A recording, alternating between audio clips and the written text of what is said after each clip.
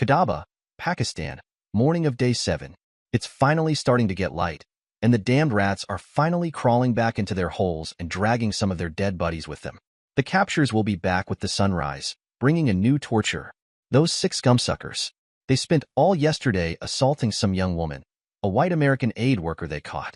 They tied her down on a nasty bed in my room and took turns on her all day long. I think every man in this whole town showed up. The worst of it was, last night, they left her tied up and the rats, well, it's not a pretty sight. They ate quite a bit of her. I'm glad that she had passed out by then and was spared the pain. Most of all, I'm glad that my Yince wasn't with me. I would die if she had gotten caught. If I ever get free, now that's a joke. Like that will ever happen. I'm going to kill every one of the scumsuckers in this town. Maybe I can bolster my mind against them with some good memories. Anything before they got their hands on me is a good memory. Kaneohe Bay, Hawaii, Tuesday, day 3. Yince and I had a wonderful evening. When I woke up in the morning, her back was pressed tightly against my front, and as usual, I had a morning wood. It was sandwiched between my belly and her back. She was already awake and rolled to wink at me. Good morning, my love. Is that a pistol in your pocket, or are you just happy to see me? I smiled. Good morning, beautiful. That isn't a pistol in my pocket, and I'm most definitely happy to see you. How'd you sleep, my love, and how do you feel? She yawned and stretched. I feel wonderful. I can't believe last night. You took such good care of me, and then you even slept with me. You do know this is the first time I've ever slept with a man. She winked at me. I pulled her into a tight embrace. It won't be the last time. Then I swatted her on the butt. Time to get moving, lazy bones. I'm pretty much ready to go, so I'll get breakfast this morning. Can't you hold me just a little longer? She asked, batting her violet eyes.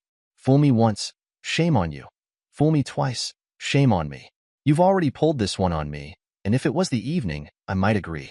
But we have things to do today, I answered. She pouted. You're such a slave driver. Then she jumped up, letting the sheet fall to the floor. She was still nude underneath, and my eyes about popped out of my head. Like the view.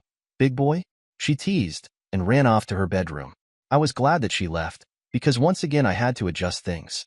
I jumped up and went to take care of my quick morning duties and put the house back together. Breakfast wasn't going to be oatmeal today. Instead, I made vanilla almond granola covered with yogurt. It's very tasty and much faster to make. Yince came skipping into the kitchen. Good morning, darling. Thanks so much for making breakfast. Oh, this looks almost as yummy as you. She hugged me and kissed my cheek. Then she swatted my butt. Let's eat. I'm starving. During breakfast, she looked a little apprehensive and wasn't her normal talkative self. I gave her a no-nonsense look. Okay, Yince, I can tell you have something on your mind. Come on and spill it. She got this real worried look on her face and wrinkled up her forehead. Ben, my darling, my honey, she began. Oh, I think this is going to be bad. I didn't tell you everything about Daddy coming last night because I was worried you would be upset, and I didn't want to ruin the evening. She took a deep breath. Mom is also coming with him. They're planning on going dining and dancing with them tonight. They've already made the reservations at the Honolulu Star Sunset Dinner Cruise. I'm sorry, my love, but Mom wanted to meet you because I've told her all about you and my love for you. I let this information sink in for about 3 minutes. Yince grew more and more worried. Finally, I opened my mouth. My love, I have to say this is a big surprise. At first I was shocked and of course concerned. Then I thought about it, and I'm looking forward to it. I think I need to tell both the general and your mother about my love for you, and to get everything out in the open for at least them. This will not change the state of our current relationship. I still consider us married without all the benefits. I promise you that by the end of the night, I'll have convinced the general that our relationship is the right thing, and I will also have swept your mother off her feet. Semper Fidelis, my Yince. I must have said something right. She came over to me and sat in my lap, hugged me tight, and gave me a kiss on the cheek. Thank you, my love. I was so worried that you would be upset and just take off. I gave her a stern look. My love, I would never do that to you. However, I'm a little upset at you. Her eyes widened, and the tears started forming in the corners of them. Now don't go crying about this until you hear what I say. I stroked her hair with one hand and gave her waist a squeeze with the other. I promise you that I'll be totally open and honest with you about everything, and I also expect the same from you. This is the only way that our marriage will work. I'll tell you anything and everything, and I expect the same from you. You should have told me this last night and not held it in and worried about it. It hurts me to think that you didn't trust me enough to know that I'd be able to deal with this. Well, I guess I said too much that time. Yince started crying. I'm so sorry. I didn't want to hurt you. I'll never hurt you again. I promise I'll tell you everything. I held her close and kissed away the tears. Hey, it's okay. Come on, now, stop the tears. I have something to ask you, my love. It's important, and I can't do it while you are crying. Her tears stopped, and she sniffled a little. I stood up with her in my arms and sat her setting on it.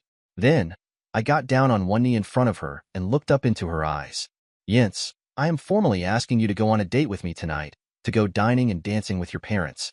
She jumped off the chair and grabbed me around the neck, hugging me tight and knocking us both back onto the kitchen floor.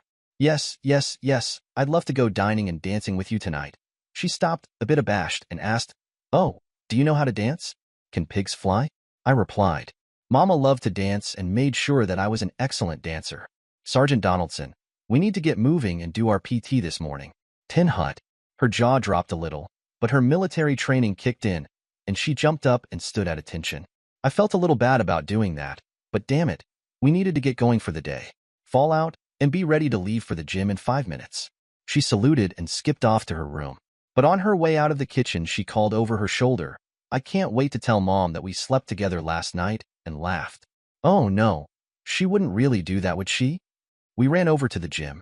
I designated Tuesday for the back, biceps, and forearms. One thing I forgot to mention, when I am doing PT, I usually wear some adhesive tape on both index fingers. Being a sniper, I need to make sure that I can feel the trigger, so I can't afford to get calluses on them. All my workouts consist of 5 one-minute sets. I don't keep track of the number of reps, with 1 minute of aerobics between sets. The first exercise was bent knee deadlifts, with an added move at the end.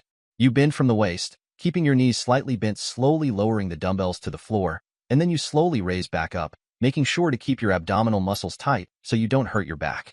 When we reached the standing position, then we did a shoulder shrug, trying to touch our ears with our shoulders. In between were jumping jacks. Next, we did standing dumbbell upright rows. Standing with the dumbbells at our waist, we would slowly bring them up almost to our chins.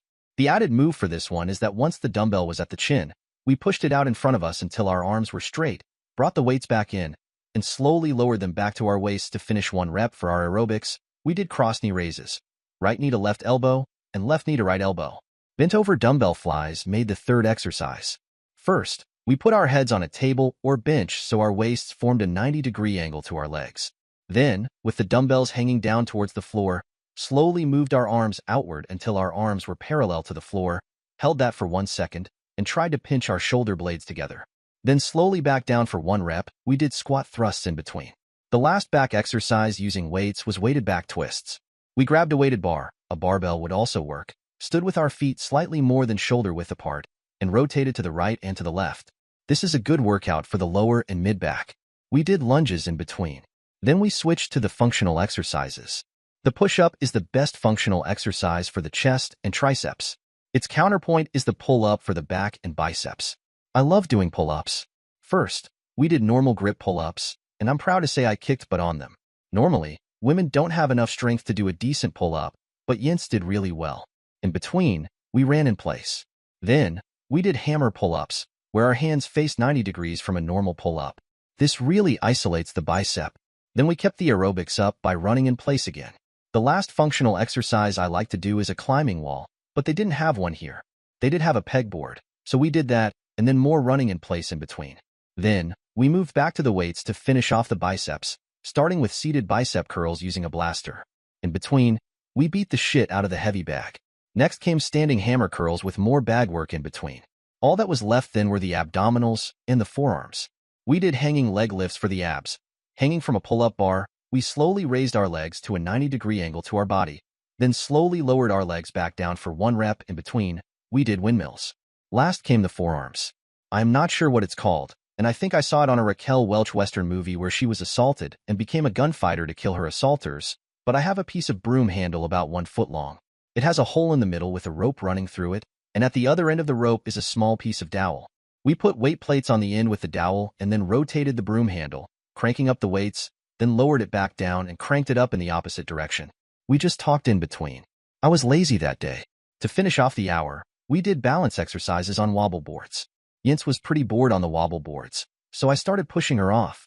So, you think you're a big, tough Marine, do you? She challenged. Do this. She grabbed a fitness ball, put one foot in the middle of it, and proceeded to stand on the ball. Come on, big boy, and give it a try. I did, and really couldn't get the hang of it. She was laughing the whole time and egging me on. At least I didn't fall and break my butt. What's next, dear? She asked. Oh, I was thinking that I don't want to get your muscles so sore that you can't dance tonight. So we'll take a little swim over to Kahaluu Point and back. I know the general and your mother are coming in this afternoon, and I figured you would want to meet them, I said. She smiled. You're so thoughtful. Thank you. I'll call for our escort and tell them to meet us with a Zodiac. Oh damn, I forgot about the frickin' escort. I wonder if they will be with us tonight. We met the escort 10 minutes later and handed them our sidearms. They gave us each a pair of goggles. We jumped in Kaneohe Bay and started swimming for the point. We swam freestyle for a while, and then I started swimming a modified butterfly stroke that I like. The water was a little choppy, so it took us an hour and 45 minutes to swim to the point and another hour and 40 to swim back. The Zodiac came up and gave us our sidearms and took off. Yinz looked at her watch and said, Oh, I have to hurry and get changed to meet Dad and Mom. I'll race you to the house. Last one there is a rotten egg. We beat feet to the house. Yinz is a fast runner, but I'm just a bit faster. I slowed up right at the end so we finished together. We passed D.I. Anderson's platoon again, but we were going so fast that we didn't hear the insults this time. As we unlocked the door, I remarked, I guess I will do some reading this afternoon. Yinz piped up, Oh, no way, mister. You're coming with me to meet Dad and Mom. So get your butt moving and get into your dress blues. Oh crap, I thought I was going to have at least until tonight to get ready. I went into my bathroom and gave myself a quick haircut, just a cheap pair of clippers set on 1/8 of an inch and I am fine, and jumped into the shower. I touched up my shave from that morning and put on my dress blues. I figured that I would wear the evening dress uniform tonight. I arrived in the living room at the same time as Yinz. I have never known a woman to get ready that fast. It has to be the USMC training. I looked at her and said, Damn, you sure clean up well, for a Marine, and laughed. She looked at me and replied, Oh, damn, I forgot my underwear. Would you like to see? She batted her eyelashes. I thought about calling her bluff, but figured I'd have to rearrange something in my pants if I did. Luckily, the Humvee pulled up and saved my butt. It's a big deal when the USMC general comes to any base. They usually have several weeks' notice to prepare things. However, this was sort of a surprise visit. I'd heard that the BCO, base commanding officer, had been chewing but to get things ready, and the base looked great. The Humvee dropped us at the heliport, and we took out place in the receiving line. The chopper was right on time, and as the door opened, the band started playing the Marine hymn, and we all stood up a little straighter and a lot more proud. I'd never seen the general's wife, and as he helped her off the chopper, I could tell where Yinz got her good looks from. It certainly wasn't from the old man. Because we were just lowly non-commissioned officers, we were at the end of the line, and even though I outranked Yinz, I put her ahead of me in the line as a sign of respect. The general came up, looked at me, and shook my hand. I gave him my best recon shake. He said, Sergeant Major Blaine, it's good to meet you again. You are rapidly becoming a legend in the Corps. I look forward to talking with you later. His wife Evelyn was right behind him. She walked up to me and didn't hold her hand out right away. Instead, she looked me up and down her eyes, noticing my 2 silver stars. She finally held out her hand for a shake. I took it gently, and then she squeezed the hell out of my hand while looking in my eyes with a friendly smile. What sort of half handshake is that? I thought you were a Marine, but perhaps you're just another poser, then laughed. The general, and I look forward to getting to know you better later tonight. I replied, Thank you, ma'am. I look forward to conversing and dancing with you, and gave her one of my biggest smiles. Finally, all the pomp and ceremony was over, and Yinz asked me to wait a couple of minutes while she talked with her mother and the general. She came back with a huge smile on her face. Well, Marine, I don't know what you said to my mom, but she's really impressed by you. We headed back to the house to change for the night. The general and his wife were going to stop by for cocktails, and then a limo would take us over for our Honolulu Star Sunset dinner cruise. Neither Yinz nor I were very messy, so we tidied up the house a bit and dusted some, and I went in and changed into my evening dress uniform. As I came into the living room, Yinz called from her bedroom, Honey, can you come here a minute? I walked in, and all she had on were a pair of thong panties. Like what you see. She laughed and winked at me. I don't think those are regulation USMC underwear, I quipped as my face heated. The woman was going to put me in an asylum if she kept this up. Ah, she replied, still standing there, all proud in her thong. The general told me that I didn't need to wear my uniform tonight, so I am going civilian. At least you're not going commando tonight, I replied, reflecting that I really was getting better with the bantering. Did you just bring me in here to torture me, my love? Or did you need me to do something for you? Oh, I almost forgot. Since I am a civilian tonight, I'm going to be a little late. Would you mind meeting Dad and Mom at the door and making them comfortable? I could smell that this had been planned, and probably for a good reason. So instead of being my usual hard-headed self, I said, no problem. I'd love to do this for you, and excused myself. Once I got back to the living room, I wiped my brow and readjusted my pants. Damn, she had a fine body. I needed to simmer down before the general and his wife showed up. So I made sure that the ice bucket in the bar was full and that everything else was fine, and sat down to wait. The general and his wife were right on time. I answered the door and made the apology for Jens, telling them that she would be late, and asked them to please take a seat. Mrs. Donaldson, would you like a cocktail? I asked in my most polite tone of voice. Please call me Evelyn. I would love a cosmopolitan if you know how to make one. I smiled. Sorry, ma'am, but I was raised to be respectful, and I wouldn't feel comfortable at this juncture calling you Evelyn. One cosmopolitan, coming right up. General, sir, what may I offer you? Do you have any bourbon, son? He replied. We have a bottle of Knob Creek. It's very nice full-bodied 100-proof bourbon without much sweetness, I replied. Sounds good. Please give me 2 fingers, straight. No ice, the general requested. I mixed Mrs. Donaldson's cosmopolitan and also one for Jens, then poured them into martini glasses and garnished each of them with a lime slice, a fresh strawberry, and a blackberry. I handed her both of the drinks and asked, if you wouldn't mind, could you please take this to Jens? She's in her bedroom. Thank you, Ben. It was most thoughtful of you to make one for Jens. I'll take it to her now, Mrs. Donaldson said with a smile. I noticed that she had violet eyes, too. I sat 2 highball glasses on the bar and poured 2 fingers into each. The general came over and picked his up. Thanks, Ben. Semper Fi. He gulped it down. Ora, I replied. That's damn fine bourbon, Ben. How about a refill? He suggested. I filled both of the glasses. Let's go out on the patio, Ben, said the general. We walked out on the patio and stood looking at the bay for a few minutes in silence before the general broke the ice. Ben, how do you like the house that we had the BCO assign you? Sir, it's the best housing I've had on any base. I feel guilty because I'm sure that an officer and his family should be living here. I really wouldn't mind staying in the barracks, I said respectfully. Jens told me you would say that, he said. And how's my daughter working out as your new spotter? Sir, at first I was concerned about having her as my spotter, but after shooting yesterday, I have to say that she's best spotter I've ever worked with. Ben, I am going to level with you because you deserve it. She's been on my butt for 10 years to be your spotter. She started when she was 12 years old, and not a single damn day has gone by when we've been home together that she hasn't asked me to be your spotter. She's stubborn and hard-headed, and is used to getting her way. Shit, I guess she was always daddy's girl and I've spoiled her. And now I see her, and she's the happiest I've ever seen her, and it has only been 4 days. Evelyn and her talk on the phone all the time, and Evelyn demanded that we come here and meet you. We thought that she was infatuated with you and that after she met you it would change. Shit, after reading your service record, I would have bet money on that. But apparently we were both wrong. Jens is now totally in love with you. So Ben, I'm asking you now not as your general, but as a father. What are your intentions with my little girl? The general waited for my answer. Sir, may I address you as Jens's father and not the general? I asked. He looked at me through his glass, obviously impressed. Go ahead, Ben. I started this.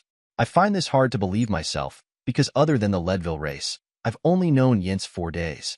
But during those 4 days, I've grown to respect Jens for the incredible person that she is. I've been amazed at how she faces life and any obstacle that might be in her way. She's more determined than any person I've ever met. She had a plan to meet me and to sweep me off my feet and make me love her. Remember, I've only ever loved my parents. But amazingly enough, she has done exactly that. She's made me love her. I love her like no person I've ever loved before. And when the time is right, and with yours and your wife's blessing, I plan on marrying her. I straightened my spine. Now I feel as if I need to address you as my general. Might I continue? I asked. Please do, Ben. I think this should be interesting, the general smiled. General, sir, the first thing I want you to know is that there hasn't been and will not be any inappropriate behavior between us. We do both have desires, but we are Marines first, sir, and we will uphold the honor of the Corps. The best way we have found to describe our relationship is that we are a married couple without benefits. We know that if we were to give in to our carnal desires, it would ruin us as a team, and as a team we're much more valuable to the Corps. However, sir, I have one major concern that I'd like to address. Because Yince is your daughter, I'm worried that you will try to modify our assignments to keep her safe. I'd like to say that life itself is not safe, and I feel that when it's a person's time to die, they will die. I will add that if Yince thinks that you're shielding her, she will raise some hell. You have my word as a Marine that I'll do everything in my power to keep her safe on any missions that we're assigned to. I'd gladly give up my life for hers. I looked at the general to see his response. He took his last drink of bourbon and started laughing. Son, you've made me a happy man. Not only have you finally tamed my daughter, I also just won certain privileges from my wife. She bet that you two had done the deed by now, and she was wrong. I can only imagine that Yince is driving you crazy, and to be truthful, you would have my blessing if you did. I looked the general in the eyes. I said, Sir, she's worth waiting for. I want our first time together to be our wedding night. Damn, you're one fine, upstanding young man. Real tribute to the Marines, and very much worthy of marrying my little girl, the general said as he hugged me, leaving me a bit flabbergasted. Welcome to the family, son. The general put his arm around my shoulder, and we walked back in the house. Yince and her mother were sitting on the couch talking. As we came in, Yince looked up and saw her dad with his arm around my shoulder. She jumped up and ran over to me and gave me a big hug, and then she hugged her dad, squealing, I love both of you. I hugged her and then stood back to look at her. You look stunning tonight, my love. Her little black dress that was tied in all the right places, and she had added a nice string of pearls, sexy high heel shoes, and the fishnet stockings that I had given her. She twirled and said, You really like it? I wore it just for you. These are the fishnet stockings that you bought me. I got the look from Mrs. Donaldson until Yince told them the story about having to run to the NCO club without shoes and ruining her hose. By the end, we were all laughing. The limo came for our ride to the dinner and dancing. While we were driving over, Yince whispered in my ear, Don't worry about Mom. She really likes you. I want to know all about what you and Dad talked about. It looks like it went really well. She was beaming. I'm sorry. You're not cleared to know what we talked about. If I told you, I would have to kill you. I smiled. She elbowed me in the side for that. Dinner was incredible, but I don't remember anything about the food. All during the meal, Yince was as animated as I'd ever seen her. I didn't think that she could talk that much or that fast, and it was all about me. Ben did this for me. Ben said this. She even told them all about the night before, including the massage, and how I was a perfect gentleman and slept beside her on the floor in my clothes. It went on all during the meal, and by the end of the meal, I felt naked. When the meal was over, it was time to dance. I looked over at Yince. My one and true love, will you dance with me? Next thing I knew, we were on the floor, holding each other close and swaying in time to the music. Jen's head was on my shoulder, and she whispered in my ear, Wow, you're a really good dancer. You must have danced with a lot of women to get this good. I whispered back, My mother loved to dance, and she started teaching me as soon as I could walk. My love, dance with Mom next. It's your turn to convince her, Yince asked. The dance ended, and we headed back to the table. Yince said, Daddy, will you dance with me? And she took off with the general in tow. I held out my hand. Mrs. Donaldson, might I have this dance with you? We walked out to the dance floor, and the band started playing a waltz. We can skip this waltz if you want, Ben, she said. They're hard to dance to. Glenn, the general's first name, will never dance waltzes with me. Then I would be honored to waltz with you. I took her into my arms. She was an even better dancer than Yince, and I could tell she was impressed with my dancing. Where did you learn to dance like this? She asked. Most young men have no idea what to do on the dance floor. I repeated the story about my mother teaching me to dance at an early age. The waltz ended and she said, Oh, a slower one. Shall we dance one more together? This dance didn't require as much attention and was much better for talking. Mrs. Donaldson started the conversion. Well, young man, you certainly have my daughter in love with you. I know. It has been very fast, but I can assure you that the feeling is mutual, I replied. Glenn was very impressed by the conversation that you had with him. I never thought I would see the day come when he would feel comfortable with Yince being in a relationship. She has always been a daddy's girl. I thought that he would have much more trouble giving her up. She spoke seriously to me. I told him honestly that I love Yince more than anyone in the world, that when the time is right and with yours and his blessing, I plan on marrying her. And most importantly, I assured him that nothing inappropriate has happened or will happen between us.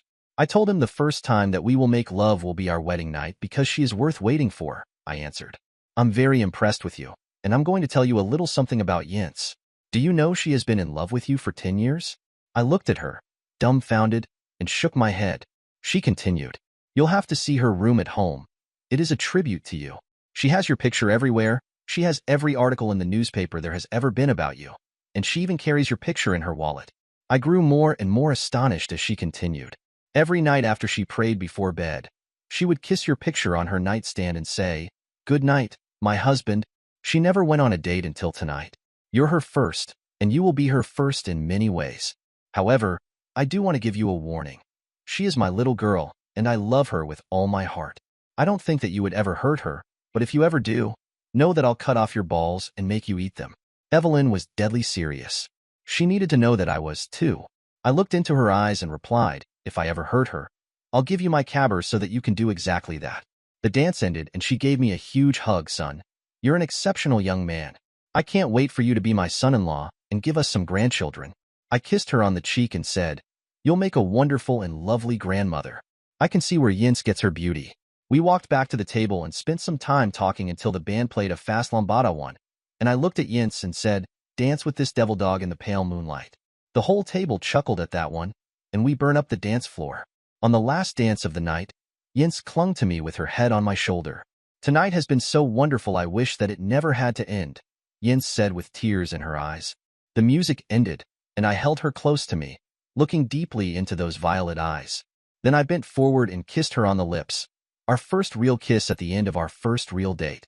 We got home from the Honolulu Sunset Dinner Cruise after midnight, so technically it was Wednesday. After we got in the house, I held Yince and kissed her again and said, "Good night, my love. Thank you for the wonderful night. Ben, this was the best night of my life." She nuzzled my neck. "Both of my parents love you. Do you know that they both called me son?" I was still a bit amazed. She jumped up on me, wrapping her legs around me, holding me tight, and gave me a smoldering kiss. "Ben, I don't want to sleep alone tonight. I don't want to ever sleep alone again. Please sleep with me tonight and every night. I promise I'll be good and not tease you, well, not very much. I'll even wear my flannel PJs. How can you say no when a beautiful woman wants you to sleep with her? I guess we really are a married couple without benefits." Instead of sleeping, we spent the wee hours of the morning engaged in pillow talk. I told her everything that I said to her parents, earning me multiple kisses, and she told me what her parents had said about me. We fell asleep holding each other close. Kadaba, Pakistan, Day 7. Shit, that hurts. Wah? It's a capture beating the crap out of me again. What a hell of a way to wake up. I guess I've become the de facto punching bag for them since the girl is dead and gone. Come on, scumsucker. Get just a little bit closer to me. Closer. Closer. Yeah. I kicked the scumsuckers in the balls. Shit, my head. Yince. I want to be with Yince. Scumsuckers, leave me alone so I can think about home. Kaneohe Bay, Hawaii, Wednesday, Day 4. It was wonderful waking up in the bed with Yince, feeling her pressed against me and knowing that finally, after all these lonely years, I had found someone to share my life with. I truly understand now the meaning of soulmate. Yince was still sleeping soundly. I could tell by the little snore she made. But not me. It seems like I am always up early. I've been that way my whole life. I gently and quietly snuck out of bed, and Yince protested with a few sighs. I started the coffee and threw some water on the stove for oatmeal, then headed to my bathroom for my morning routine.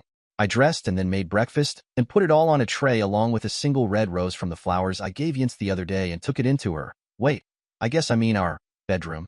She woke as I walked in and blinked her eyes. "Breakfast in bed. You made me breakfast in bed." I was just about to reply when the doorbell rang. I gave Yince the tray and grabbed the shotgun by the door. Who the hell is that this early in the morning? I checked the door and saw that it was the general and his wife.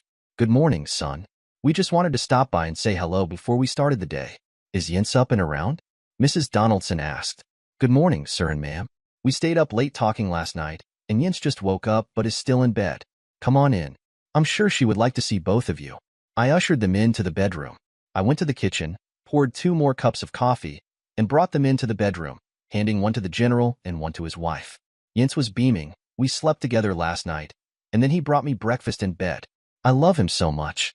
I turned red. "You sly devil dog, you. Are you spoiling my daughter? And are you sure something else didn't happen last night?" Mrs. Donaldson asked with a wink. "Oh, no, ma'am. I gave you my solemn promise as a Marine. We won't do that until our wedding night." I hurriedly replied. "Oh, shit," Mrs. Donaldson said. "Well, Glenn, it looks like I owe you even more. After seeing how much these two are in love, and then the way they were dancing last night, especially the lambada, I figured it was a done deal." The general laughed. Son, you are making me a rich man in more ways than one. He winked. Sir, might see you in the other room for a minute? We went into the kitchen. What do you need, son? I had a big surprise in mind, and I needed his help. I told him what I wanted to do, and he slapped me on the back, shook my hand, and told me he would set things up for me, that he could make it a training mission. He made a couple of phone calls and said, let's go back into the bedroom. The first order of duty was PT, but then I had to get Yince out of the way for the day.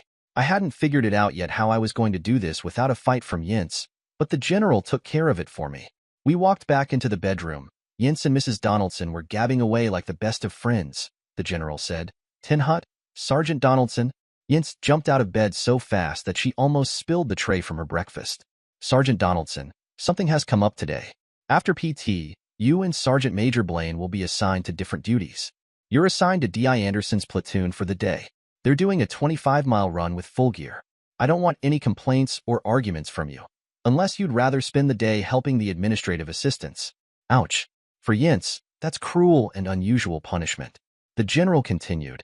Sergeant Major Blaine is going on a special assignment for me. Do you understand, Sergeant Donaldson? Yes, sir, I do, but, she started. Marine, no buts about this. Don't you say another word unless you would rather work with the administrative assistants.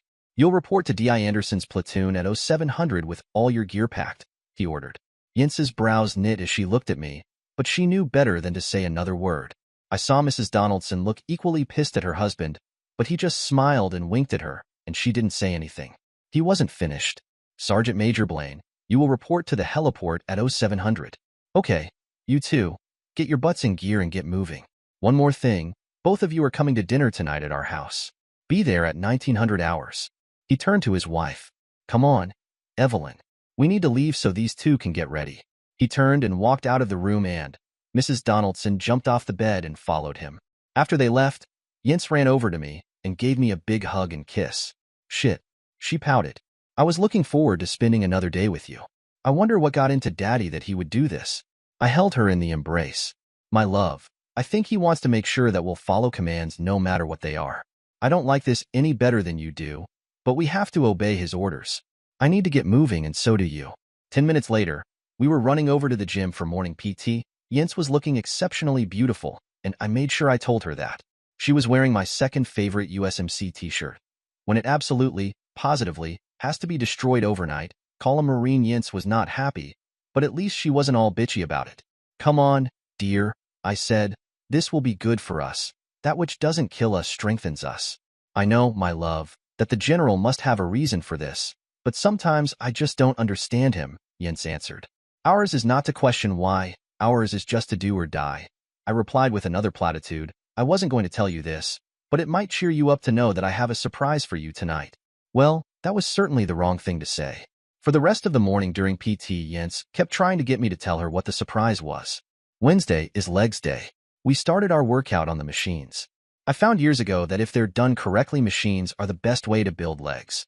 While there are a bunch of good functional exercises for legs, there are a few that safely build muscle. First, we worked the quadriceps on the leg extension machine. We worked one leg at a time, so we were sure both legs would be equally strong. We limited range of motion to about 90 degrees bent and about 25 degrees extended, knowing that to go further than would gain little in the way of strength and would be really hard on the knees. We did jumping jack in between for the aerobics. Next, we worked the hack squat machine, using the same technique. We added in a toe raise and then a heel raise each time we went up to work out the whole lower leg at the same time and speed things up. Yince was impressed when I was doing the squats with 400 pounds and told me so. Squat thrusts were our aerobic exercise to finish out the quads. We moved on to work the back of the legs, the hamstrings. We did lying leg curls for our only hamstring exercise, one leg at a time and with a full range of motion, 10 sets instead of the usual 5. We pulled the weight up slowly and held it at the top for 1 second. Yince looked really hot lying on the machine with her but sticking up, and it didn't help that she was wearing short shorts. I caught another Marine watching her and gave him my do that again, and I'll kill you look. He went over and talked to his buddies about it, turned a little white, and left the gym. We did cross-knee raises in between sets. For the last machine, we did the seated calf raise. For this, we did full range of motion, making sure to get a good stretch at the bottom and to hold the weight at the top for 1 second. We also did 10 sets on this, with running in place between the sets. It was time for the functional part of our leg workout to catch the small muscle groups that the machines miss. To work the quads and for balance, we did slow, controlled, full-range single-leg squats. By the time we got done with the first set, our quads were burning. I was very impressed that Yinz could even do them. Most women can't. We did straddle jumps in between, and that really kept our quads pumped up. Next were walking lunges without weight and running in place in between. The final functional exercise was explosive squat jumps. This is the only exercise that we did as fast as we could. First we lowered to a deep squat, heels to butt, and then we exploded upward, jumping as high as we could. By now, our legs were crying for mercy, so we rested in between. We finished PT by running back to the house. Of course, Yinz made it a competition with the winner getting a kiss. Again, I let her catch me, so we both won. Shit, I'm going to miss you. Yinz told me, you didn't even tell me what you're doing today. The general said if I told you I'd have to kill you. I laughed. Believe me, the old man has me very busy today, and you won't even see me until dinner. That was the wrong thing to say. It got Yinz all pissed off again. I'm going to talk with Mom. She'll make him pay for this, she said with fire in her eyes. I held her close and tried to comfort her, and it helped a little bit. Too soon. It was time for us to go our separate ways. You'd better take care of yourself, Yinz ordered, because I won't be around to do that. I looked her in those beautiful violet eyes and said, paraphrasing a Shakespeare quote for the occasion, yet I should kill thee with much cherishing. Good day, good day. Parting is such sweet sorrow, that I shall say good day till it be tonight. She laughed, and we shared a smoldering goodbye kiss. When I made it to the heliport, General and Mrs. Donaldson and the Harrier were waiting for me. I walked up, stood at attention, and saluted. The General returned my salute, and then he and Mrs. Donaldson gave me a big hug. Son, you've made us both proud. Godspeed on your mission, the General said. I walked over and climbed in the back seat of the Harrier, and I was off. To say that I was busy that day was an understatement. The mission took more time than I figured, and I knew I was going to be late. So I had the Harrier pilot radio MCBH to tell the General that the mission was accomplished and to please hold dinner for 30 minutes. Damn, I was nervous. I could only hope that everything worked out that night the way I planned. An MP Humvee was waiting for me and broke all base speed limits, driving me back to the house. Yinz was already at her parents' house. She left me a note that her day had been the worst goddamn day of her life and that my surprise had better be good because she was as mad as hell. I threw on my dress blues and headed over to the General's house in the MP Humvee. I jumped out of the Humvee, ran up to the house and rang the doorbell. Mrs. Donaldson answered the door and I handed her a big bouquet of pink roses. She was shocked. When did you have time to get these? They're beautiful. She smiled. I had the MPs get them for me. I owe them big time, I answered. She was going to say something else, but by then Yinz had ran to the door and plastered herself against me, hugging me so tightly that I couldn't breathe and covering me with kisses. She looked like an angel wearing a nice white summer dress. Where have you been, my love? You're so late and I've missed you so much. I was worried about you until Daddy said that you were fine. She continued with the hugs and kisses as we entered the house. It was a little hard to walk. General Donaldson greeted me. Damn, son. Am I glad you finally made it here. Yinz was a holy terror until you showed up. Sorry, Daddy, but I really missed Ben and I had a terrible day, Yinz answered. D.I. Anderson's training shouldn't have been that bad, I said. The General laughed. I guess you didn't hear. Yinz was being a bitchy pain in the butt, so D.I. Anderson kicked her out of the platoon and made her go work with the administrative assistants. It was the worst goddamn day of my life, Yinz said. Those women are terrible. They had me filing and typing all day, treating me like I was a piece of shit. Not only that, I got 2 paper cuts and they hurt like hell. She showed me the paper cuts and I, of course, kissed them to make them all better.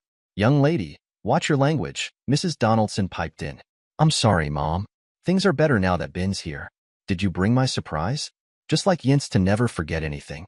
Of course I did, my only love, but you can't have it until after dinner, was my reply. With that, we sat down to eat. Mrs. Donaldson had made a great meal. Homemade fried chicken, homemade mashed potatoes, green beans, and a great side salad. It was a good thing that she had made 2 chickens, because we ate every piece. We had a couple of bottles of expensive French white burgundy to go with the meal. Dinner was outstanding, and the conversation flowed freely. Yinz kept trying, without success, to get me or the General to tell her what I did that day. She finally gave up. As we finished, Mrs. Donaldson requested, Ben, will you please go and get the dessert out of the fridge and bring it to us? I'll help him, too, Yinz volunteered, not wanting to be away from me. No, honey. Could you please go into the bedroom and get our camera? I'd like some pictures of you too before we leave tomorrow, Mrs. Donaldson said. I went through the kitchen and out to the porch. Thank God. There was my evening dress uniform. I think I set a new record changing into it. I looked at my reflection in the window and told myself, be brave, Marine. Trust your heart. Everyone was sitting at the table as I walked in. Yince blinked a couple times, looking at me like I was crazy. I walked over to her and knelt down on one knee, reached in my pocket and took out the little black box. Opening it as I gazed into her eyes, I said, Jennifer E. Donaldson, you are the one true love of my life, the only woman that I have ever loved, the only woman that I will ever love. Would you please be my wife? I placed the ring on her left ring finger. Her father was taking pictures like crazy. Tears streamed down Yince's smiling face. My love, I've been waiting for this day all of my life. I'm yours and yours alone, now and forever. Semper Fidelis, my Ben. Semper Fidelis, my Yince, I replied. She pulled me up into our first embrace as an engaged couple, and we just held each other for a few minutes. General and Mrs. Donaldson came over and congratulated us. Yince was as radiant as I've ever seen her. Finally, she took a look at the ring and showed it to her parents. Ben, my dearest, this is such a beautiful ring. You couldn't have found it on base. My fiancé, this was my mother's engagement ring. It is the only thing I have left from her, and I want you to have it, I replied.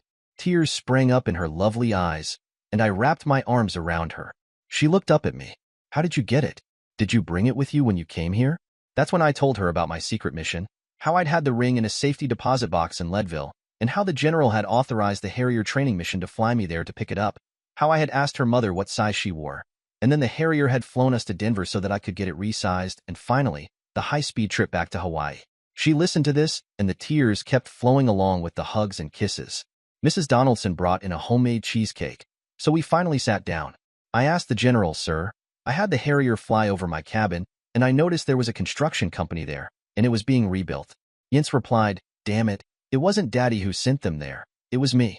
I told you that I was responsible for it getting destroyed, and I'm going to have it rebuilt. And it was supposed to be a surprise. Thank you, my dearest. Well, it certainly was a surprise when I saw it. It looks almost the same as the old cabin, I said, gazing into her eyes. She continued, I had a bunch of pictures of the cabin, and I told the architect that I wanted it to look mostly the same, but with some important updates.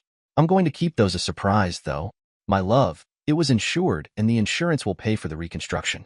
You don't have to spend your money, I answered. The general cleared his throat. You're both wrong.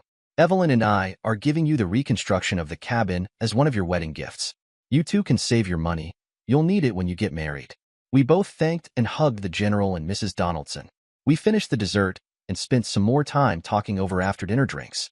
Mrs. Donaldson announced, after you two win the sniper trophy, we want you to take a week off and come out to our real house in Maryland, not this base house.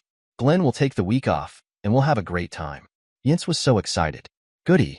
I can't wait for you to see the last house I grew up in.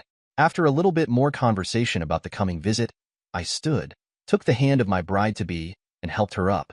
Well, I'd better get your little girl to bed. Good night, sir. Good night, ma'am. The meal was excellent. We'll see you off in the morning. They walked us to the door, and Yince and I strolled slowly home arm in arm in the moonlight. When we got home, Yince thought it would be okay if we became an engaged couple with benefits. I held firm. My beautiful fiancé, you know that I would love to do that, but I want our first time to be special, and that will be on our wedding night. I silenced her protests with a kiss, and we snuggled close to each other and fell asleep. Kadaba, Pakistan, Day 8. I made it through another night without the rats eating me alive. I've gotten better at killing the scumsuckers. Got 15 of them last night. Too bad I can't add them to my kills. I've lost track of the days I've been here. It must be over a week now. Since it's morning, they will start the tortures again soon. At least they'll take me down from the ceiling and tie me to the chair. After the morning guard beat the shit out of me for kicking him and left me hanging all day, I decided that I have to pick my battles better, save my strength, and watch for a chance to escape. I'm not sure what they're planning on doing with me. At first, when they tortured me, they'd ask me questions, but I didn't answer any of them. Now they just torture me during the day just for the joy of it, when they don't have some other amusement like the girl they assaulted and killed. I know they get off on hanging me up at night to let the rats continue trying to eat me alive. I hear the guards coming, and their laughter sends a current of apprehension through me. What sort of evil have they planned now? Oh, I don't think this is good. They have a big box with them. even knowing they're doing it so that they can apply some new torture. I'm relieved when they take me down and over to the bed to tie me up. My shoulders hurt in a way I didn't think was possible, and now that I'm on the ground, I find I'm getting weak and can't walk very well. Son of a bitch. Those scumsuckers just dumped 3 or 4 pissed-off scorpions on me. They're big and brownish-black, and they're stinging the hell out of me. Shit. It makes them more pissed when I move. I make myself stay still. Ah, that's better. Now they're just creeping over me without stinging. Can you hear those people laughing at me? The venom is taking effect. I feel sick, and my heart is racing. I wonder if this will kill me. No, I will not die today. I can't escape in body, but I can in mind. Kaneohe Bay, Hawaii, Thursday, day 5. Jens and I woke up at the same time in the morning, still holding each other. I remembered the previous night and wondered for a moment whether it had really happened. But there we were, still holding each other. I looked into Jens' eyes. Good morning, my beautiful fiancé. Good morning, my handsome fiancé. She replied, and continued, can't you hold me for just a little while longer? And batted her eyes. I could hold you all day. I gave her an extra squeeze. But we have to get ready for the sniper contest. Today, we will start with PT, its shoulders, chest, and triceps again. And then we're going to practice our concealment and stealth techniques. D.I. Anderson and his platoon are going to be our targets. They'll have full weapons, and we'll have knives only. I petted her back while I spoke. She sighed. I like this style of morning briefing. She gave me a smoldering kiss. I returned the kiss with heat of my own, swatted her on her butt, and said, up and at 'em. The woods are lovely, dark and deep, but I have promises to keep, and people to kill before I sleep. Paraphrasing a Robert Frost poem. Jens laughed. You know, I thought gung-ho Marine recon snipers weren't supposed to read poetry, but you just quoted Robert Frost to me, and earlier it was Shakespeare. Are you sure you aren't a poser? That earned her another swat, this one a little harder. You know I spent a lot of time alone and I read a lot. I have a few favorite poems that I've memorized. Well, I guess you still have some surprises for me, Jens answered. How about another poem? One of your favorites? Just part of it because we don't have the time. I started reciting, half a league, half a league, half a league onward. All in the valley of death rode the 600. Forward, the light brigade. Charge for the guns, he said. Into the valley of death rode the 600. This excerpt is from Alfred Lord Tennyson's poem, The Charge of the Light Brigade, which recounts a historical cavalry charge during the Battle of Balaclava in the Crimean War. The lines reflect the bravery and determination of the soldiers despite the chaos and danger surrounding them. If you need help with a specific aspect, like analysis or rephrasing, feel free to ask. Into the jaws of death, into the mouth of hell rode the 600. Flashed all their sabers bare. Flashed as they turned in air, sabering the gunners there. Charging an army, while all the world wondered. Plunged in the battery smoke right through, the line they broke. Cossack and Russian reeled from the saber stroke, shattered and sundered. Then they rode back, but not the 600. Cannon to right of them, cannon to left of them, cannon behind them volleyed and thundered. Stormed at with shot and shell, while horse and hero fell. They that had fought so well came through the jaws of death, back from the mouth of hell. All that was left of them, left of 600. When can their glory fade? Oh, the wild charge they made. All the world wondered. Honor the charge they made. Honor the Light Brigade. Noble 600. I smiled. Yet another thing we have in common. Well, my love, let's get moving. If you're really good, I might recite some more poetry for you tonight. I said. We jumped up and headed to our separate bathrooms. I beat Jens out, so I started coffee and breakfast. We were having oatmeal again that morning with fresh blackberries and raspberries, and of course the toast with butter and honey. Jens came out with a different t-shirt, another one of my favorites. Kill them all, let God sort them out. Thanks for making breakfast, my fiancé, Jens remarked. Tell me, am I your honey? You're my honey and you're my fiancé, I replied. So, if I sit on this toast, will you eat me? She laughed. I was taking a drink of coffee when she said that, and it made me choke. I thought, I'm going to fix her this time. I pretended to keep coughing and acted like I was choking. Jens came over and started whacking me on my back, trying to make me better. So I decided to keep up the charade and I fell to the floor.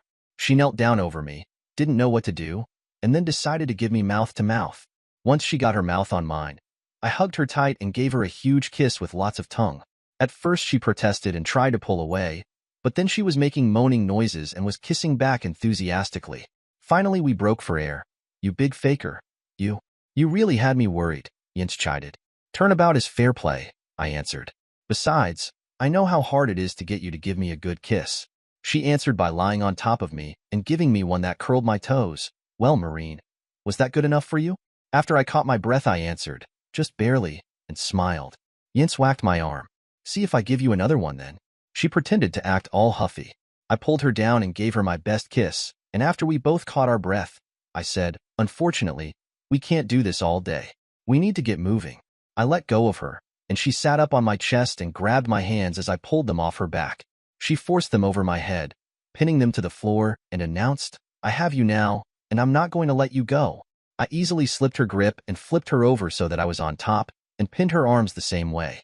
Now I have you. She wrapped her legs around me and pulled me close. I wondered what you'd feel like on top, and batted her violet eyes at me. I switched both of her hands into my left hand and started tickling her with my right hand. She started squirming, trying to get loose. She was very ticklish. I filed that away for later use. Hey, no fair. You're fighting dirty, she complained. Everything is fair in love and war, I said before I stopped tickling her, gave her another small kiss, and got up. Well, it seems your little Marine enjoyed that, she said, noticing my reaction. My cheeks burned. She looked at me and exulted. You're blushing. I won. I helped her up, and we finally headed off to the gym for PT. As we were jogging to the gym, I looked over and noticed that her finger was bare. So you're tired of me already? I see you aren't wearing our ring, I cajoled. I'll never grow tired of you, my love. You're the most wonderful and exciting man in the world. The ring is right here, next to my heart. She reached into her t-shirt and pulled out the ring on a very stout gold chain she wore around her neck. I wanted to keep it with me always, but I didn't want it to get damaged. So when we're in the field, I'll wear it here. Otherwise, you can bet it will be on my finger.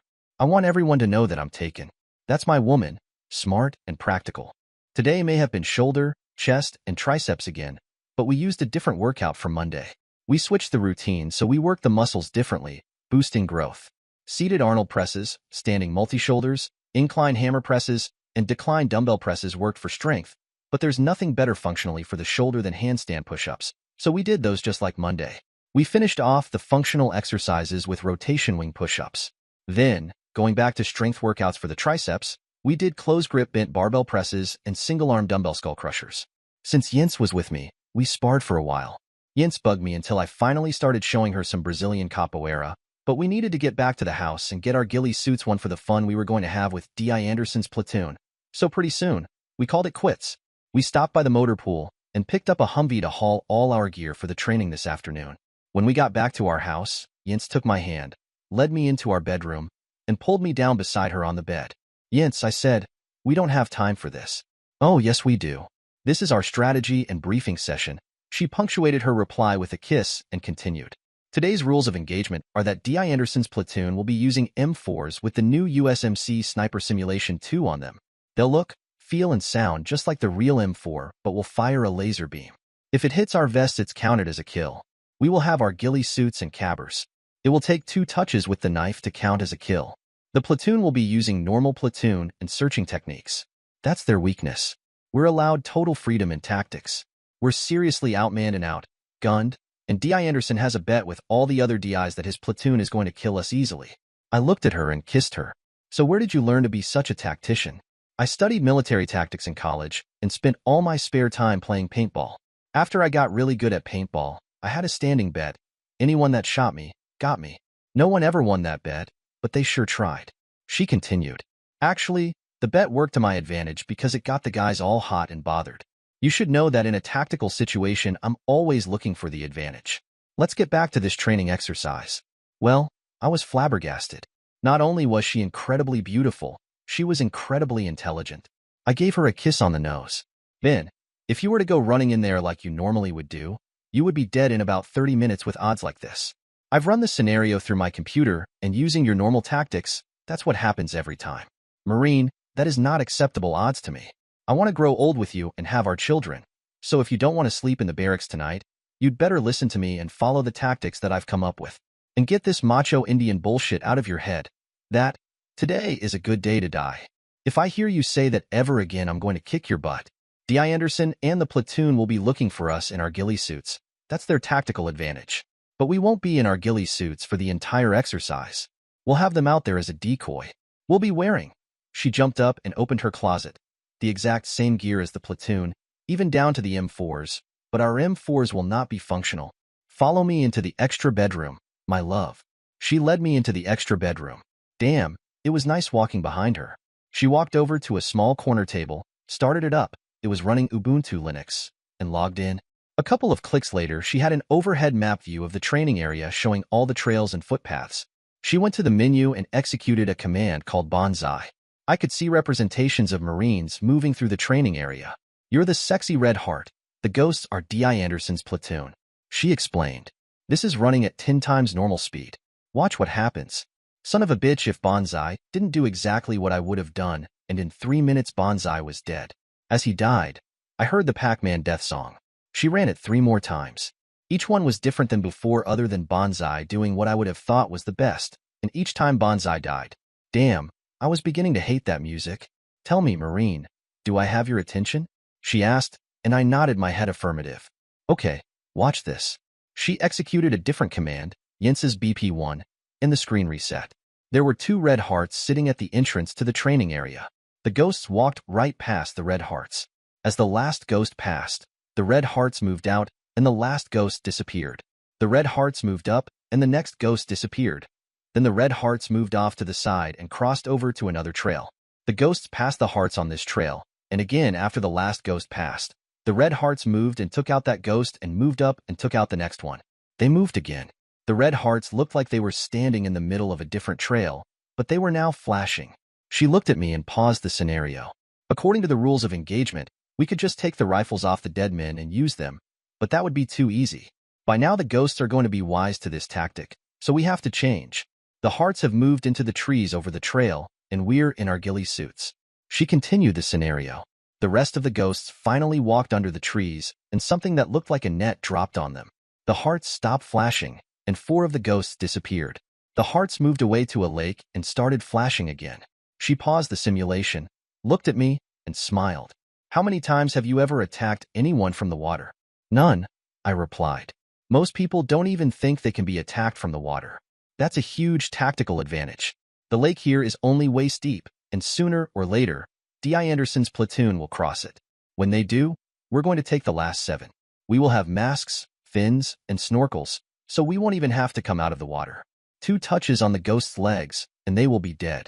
She had an evil gleam in her eyes. She continued the scenario. It took a bit, but the last 7 of the platoon spread out and started across the lake.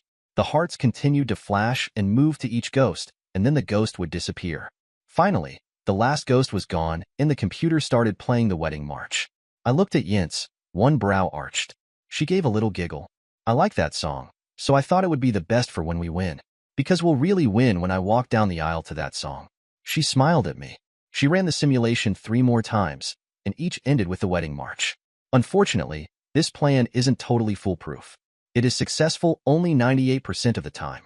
This pisses me off, but I haven't been able to figure out anything else to make it 100%, she said. I had a million questions. I had just started to speak when she cut me off. My love, I know you have a bunch of questions, but we don't have the time for them right now. We need to get to the training area. We'll have a 30-minute head start to get everything set up. I think D.I. Anderson going to be buying a lot of beer tonight. She stood up and I hugged her and kissed her. My love, I don't know what to say.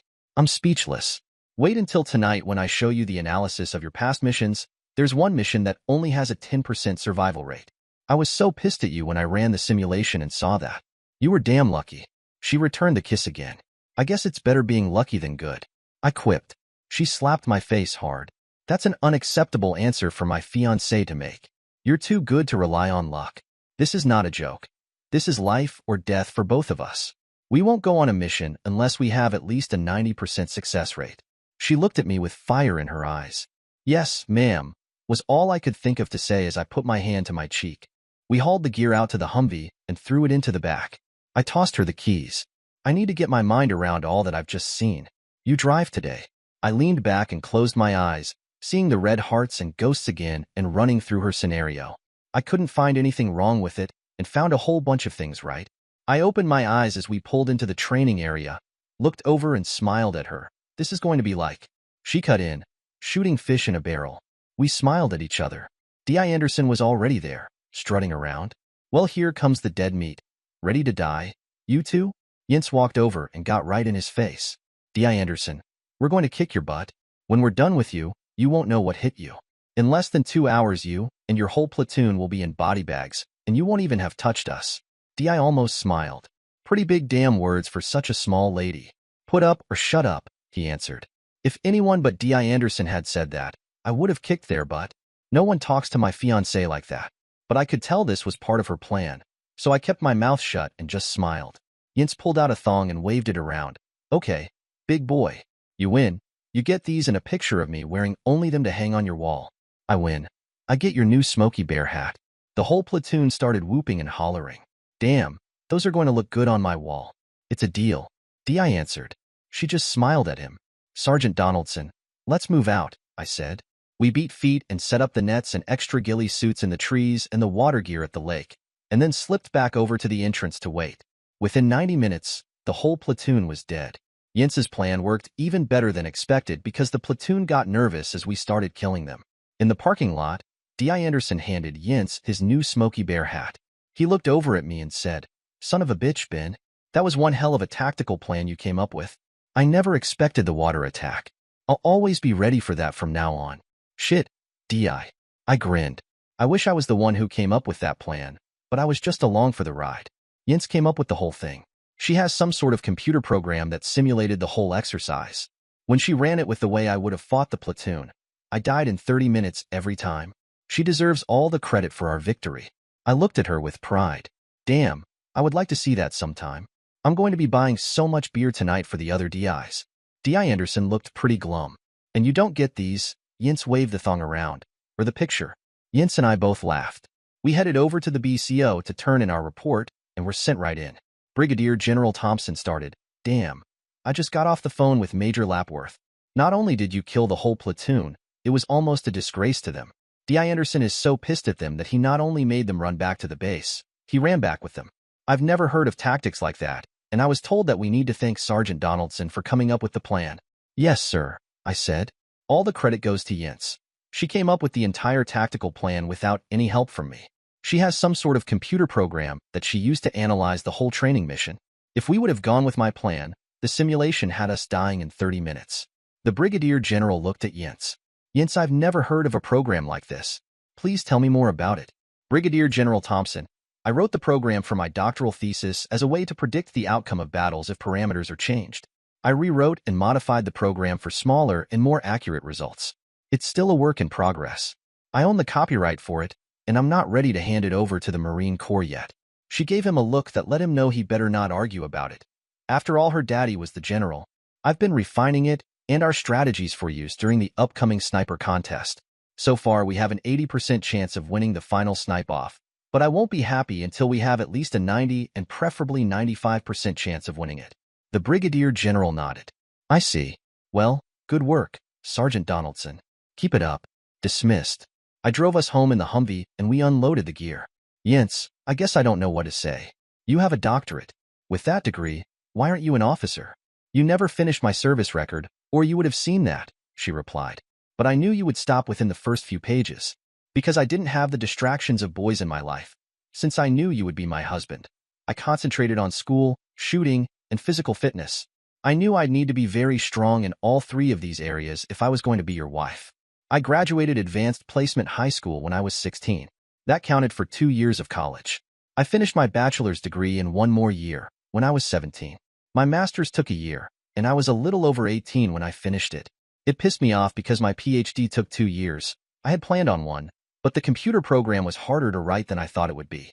I was offered jobs in all the Washington think tanks, but turned them all down and joined the National Guard when I was 19. My analysis showed me that it was the only branch of the service that would let me go to sniper school. They offered to enlist me as a second lieutenant because of my education, but I knew if I did that they would never let me go to the sniper school. They were happy to take me in as a PFC. It was hell, and I had to be better than everyone else to even get in. Finally, I made it, passed at the top of my class, and even talked them into 1 tour of duty in Iraq. Dad was so pissed at me after I joined the National Guard. He didn't even see me off to basic training. After my first tour of duty, I heard rumors that the National Guard was going to move me to Washington to do analysis for them. So I went to Daddy and I offered him a deal. I would enlist in the Marines for 10 years if I had a chance to be your spotter. If I couldn't convince you that I would be the best damned spotter you've ever had, then I would do whatever job Daddy gave me for the 10 years. Daddy looked over your service record and gladly took the deal, thinking that he would finally be able to control me. Once he accepted it, I knew that he'd lost. He wanted to let me come in as a captain, and I told him no way in hell would I ever join the Corps if I outranked you, and asked that he make me a sergeant. He didn't understand it, but agreed. I knew that if I ever outranked you that we would never be able to have a relationship. I like you outranking me, and I like you being in control. Yinz finished her long history, looked at me, and gave me one of her huge smiles as my mouth hung open. Close your mouth, or flies might get in it. She giggled. You're so cute when you don't know what to say. She gave me a huge hug and kiss. I'm going to the kitchen to start dinner. While it's cooking, I'll clean up. You need to do the same. She scampered off to her bathroom. I wandered into my bathroom in a daze and sat on the side of the tub. I shook my head. What the hell had I gotten myself into? I mean, it didn't bother me that Yinz was smarter than me and that she had her PhD. I've always known that she's exceptional. I just didn't know how exceptional. All of a sudden, I felt very unworthy of her love. She had accomplished so much in her 24 years. I was still sitting there 10 minutes later when Yinz knocked on the bathroom door. Are you decent? Can I come in? Come on in. It's open, I mumbled. Hey honey, don't be so glum. I know that you're feeling bad right now and I know why. After all, I'm a witch. You don't feel like you're good enough for me, and I'm here to tell you that you're the only man in the whole world who is good enough for me. Actually, I don't feel like I'm good enough for you. Is she frickin' crazy? I'm very good at many things, but you're the best at what you do. There's not another sniper in the world that's better than you. When I found out about you when I was 12, I decided that I would become the female version of you. I analyzed you to find your strengths and weaknesses, and starting on Christmas Day of my 12th year, I started training. I don't know how I knew I wanted to be your wife, but I did. So everything I did from then on was toward that goal. I made your weaknesses my strengths so that we would be the perfect team and the perfect couple. Daddy and Mom thought that I was just going through some weird teenage thing. I never told them I had a plan to marry you until much later. I studied some of your missions, and I knew enough to know that you made some mistakes, but that you got lucky. I realized I wasn't sure exactly why the missions were so close, and that's when I decided to study military tactics so I could help you and so that I could keep you safe. I worked my hardest and became one of the best tacticians in the world. I knew there was a chance that you would find someone and marry before we could meet. So I balanced my education to create an alternative life as a military tactician. I want you to know that so you know that I can take care of myself if I need to. But I have my heart set on you. She paused. I was so upset when you were with your ex, I thought you might marry her. But then she dumped you, and that made me happy. I prayed every night that God would keep you safe until I could help him. He answered my prayers, and now we're together. I may have missed out on a lot of the normal teenage events because of my single-mindedness, but I'm so glad I did. You make me the happiest woman in the world. I'll love you, and I'll serve you forever, if you'll love me for who I am. She started to cry. I stood up, realizing then why I found Yinz so attractive. She was everything I was plus more. Shit, she even talked like me part of the time. I could finally see myself living a real life, with a house and a white picket fence, 2 cars, a dog, and 2.5 children. The many long years of being a lonely sniper would be gone. Yinz understood me. Yinz cared for me. Yinz loved me. I pulled her into my arms and held her close. My fiancée, please forgive me. I've been very foolish. Instead of enjoying what we have, I let my insecurities mess with my head and get me upset. Of course I love you. You're the one and only perfect woman for me. We're perfect for each other and only for each other. You make me better at everything I do, and I make you better at almost everything that you do. We're the definition of a symbiosis. I can't live without you. Thank you for all the sacrifices that you made for us. I promise you that I'll always honor those in my heart and that I'll find a way to pay you back. I kissed away every last tear. About that time, the smoke alarm went off in the kitchen. Shit, she said. Dinner's burning. She ran out of the bathroom into the kitchen with me close behind. Shit, she cursed, stamping her foot in anger. Dinner was ruined, and so was the pan that she had cooked it in. I started laughing. I guess that means I need to take you to the NCO club for dinner. That was the right thing to say. Ho, my man's taking me out for dinner. Is this our second date? You bet it's our second date. Let me get cleaned up and changed. Besides, I think we can get D.I. Anderson to buy us at least 1 beer. I answered. I finally got a shower, and when I came into the living room dressed in my service uniform, Yinz was waiting and was in hers, too. She'd amazed me yet again. She saw the look on my face and shrugged. I knew that was what you would wear. We made quite the couple as we walked into the NCO club. The party was in full swing, with D.I. Anderson paying for the beers. Yince walked up to the bar and produced D.I. Anderson's Smokey Bear hat with her thong pulled over the top of it. She gave him her sweetest smile as she made her request. "Will you please hang this over the bar?" He thought it was a great joke, and hung it up right away, bringing cheers from everyone in the club. D.I. Anderson walked up and gave us both a big hug and a beer. "Damn, this is some fine party, even if I have to pay for it. But I won't fall for that water trick ever again. Especially not tomorrow when we do it again. Tomorrow we'll kick your butt." Yince looked at him, took a big drink of her beer, and smiled. "You wouldn't want to bet on that, would you?" Maybe I'd better not. I couldn't afford another party like this if I lost," the DI mumbled and walked away. As soon as he disappeared in the crowd, I reached in my pocket and pulled out $500 and handed it to bartender. "This is to help out D.I. Anderson. He has a family to support, and I don't want him hurting for money. But don't tell him that I did this." Yince reached in her purse and did the same.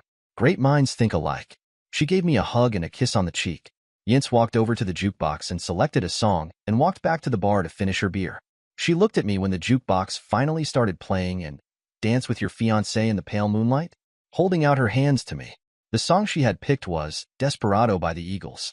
As we started dancing, she sang along. "Bonsai Ben, why don't you come to your senses? You've been out riding fences for so long now. Oh, you're a hard one. I know that you got your reasons. These things that are pleasing you can hurt you somehow. Don't you marry the Queen of Curves, kid. She'll beat you if she's able. You know the Queen of Hearts is always your best bet. Now it seems to me, some fine things have been laid upon your table, but you only want the ones that you can't get. Bonsai Ben, oh, you ain't getting no younger. Your pain and your hunger, they're driving you home. And freedom, oh freedom, well, that's just some people talking.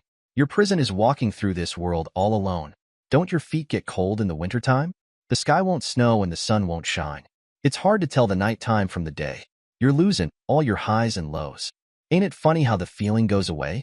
Bonsai Ben, why don't you come to your senses? Come down from your fences. Open the gate. It may be raining, but there's a rainbow above you. You better let somebody love you before it's too late." "Damn," I said. "You have a really nice voice. Is there anything you can't do?"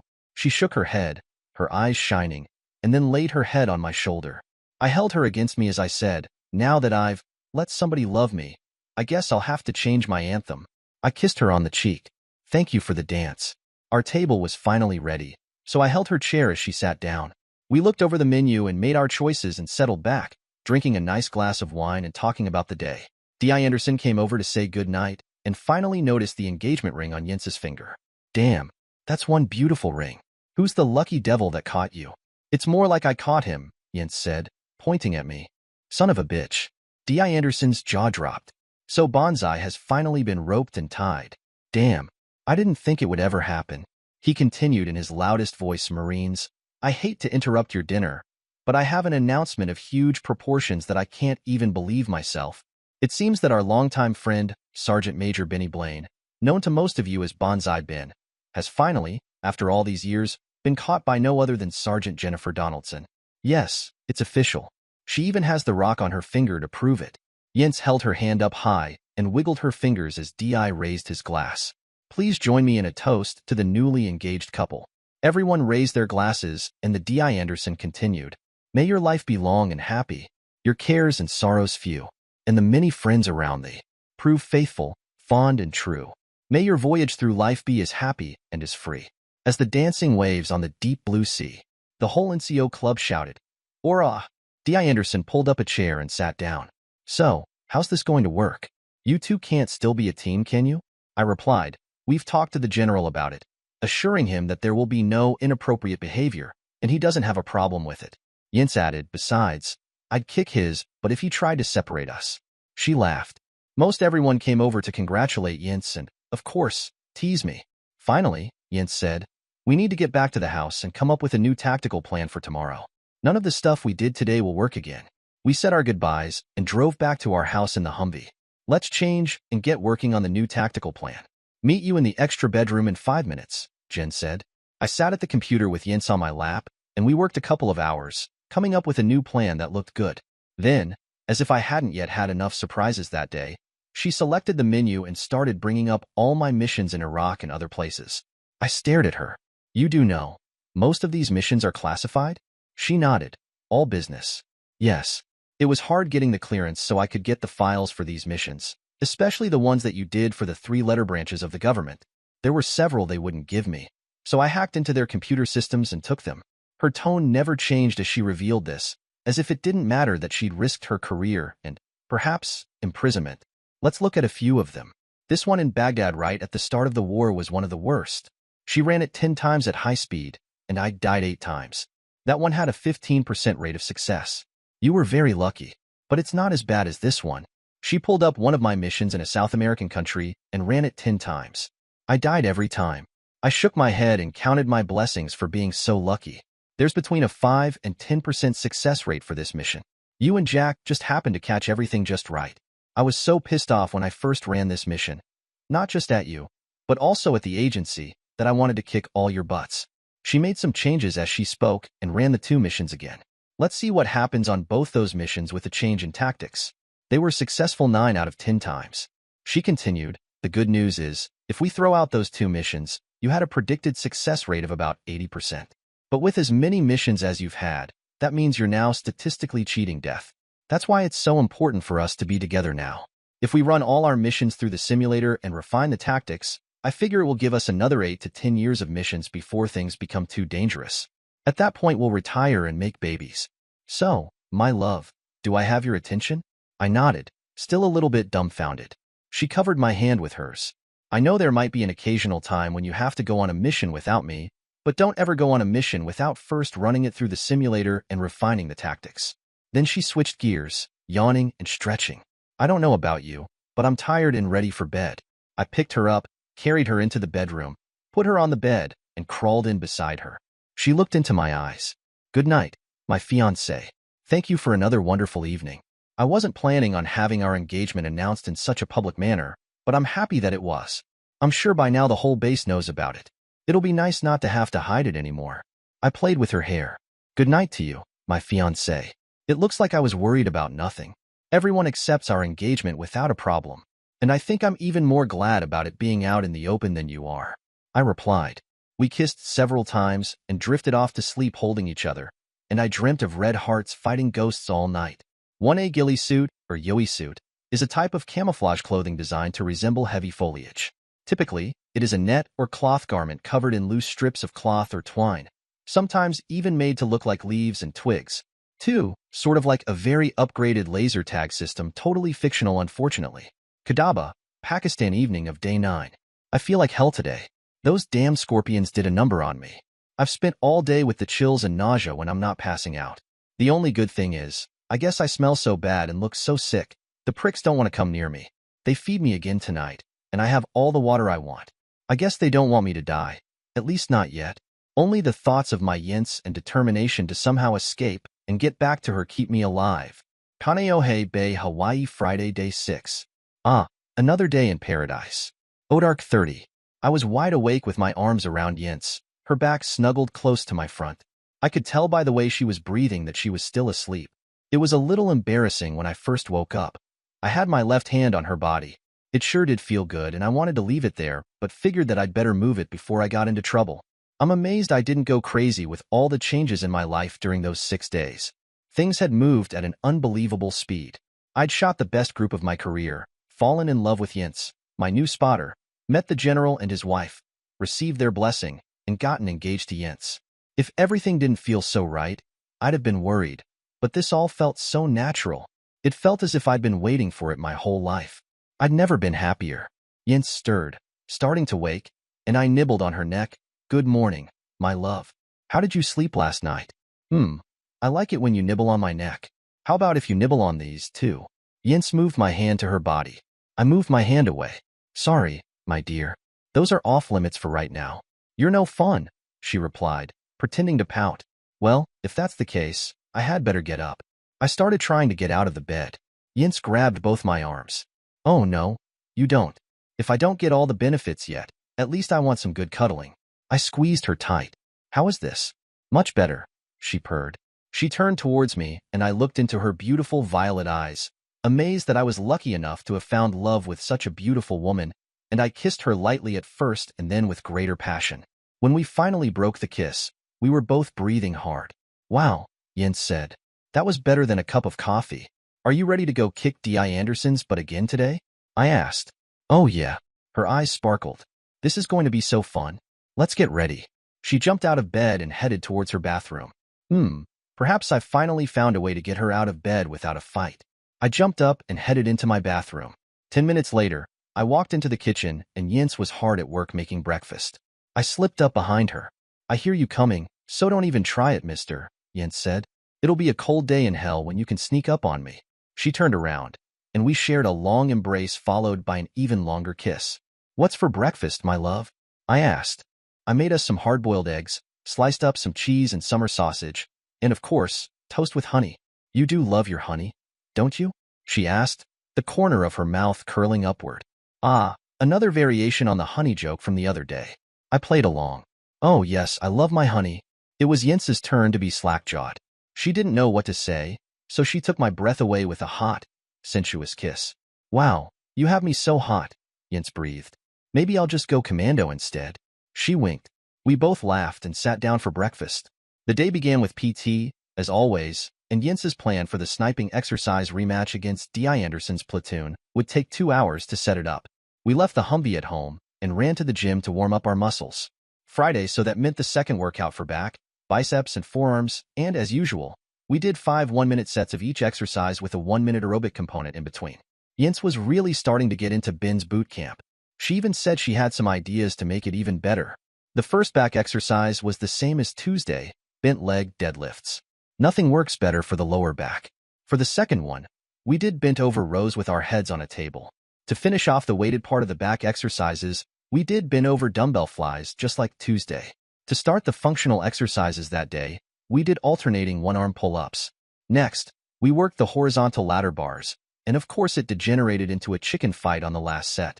I won by wrapping my legs around her and pulling her off the bars. Jens had us do the sun salutation from yoga. She was surprised when I knew it without having to be coached. I guess she didn't know that my ex-girlfriend was into yoga, and she taught me about it at our apartment. I sure as hell wasn't going to tell Jens that's where I learned it. She was plenty sore already about my ex-girlfriend. The climbing pegboard completed the functional exercises. Next, Jens coached us through the 3 warrior asanas from yoga. For the biceps, we did 2 exercises with dumbbells, single-arm concentration curls and standing hammer curls. I did finger push-ups for our form exercises, and Jens did the mop handle weight exercise from Tuesday. Jens wanted to finish off with Tai Chi, but I vetoed it and started teaching her capoeira. She loved it and did very well with the first few movements. How was your workout today, my love? Are you as sore as last Tuesday? I asked her. I really like Ben's boot camp, but I like Ben and Jens's boot camp like we did today better, she answered. I like the changes that you made. I noticed they were more stretching and more CQC moves. The kettlebells were a great surprise. I want to do more with them. I tossed her a towel. I'd like to start adding in some semper fu weapons work in the evening. You do know how to use a katana, don't you? She asked. You caught me. How'd you know that I don't practice with weapons much? I replied. I read up on capoeira since I saw you use it the other day. It's the best hand-to-hand combat style, but it has an almost total lack of weapon usage. If you're going to be my marine warrior, you need to learn how to kill as well with weapons as you can with your hands. Besides, I can't wait to beat your butt with a practice katana. She smiled, but her eyes told me she was serious. Damn, woman. Won't you ever stop analyzing me and trying to make me better? Nope, never. Not when it could mean the difference between life and death for you. I told you I want to grow old with you and have lots of babies with you. The better warrior you are, the more likely that you'll grant me my wishes, she said with her eyes twinkling. Let's get moving. We have a tactical plan to put into place. We jogged home, and Jens made us a bowls of tomato soup and grilled cheese sandwiches for lunch. Excellent as always. I thanked her multiple times and started to clean up, but she stopped me with a hand on mine. My dear, let me do that. You can start loading the gear in the Humvee, Jens said.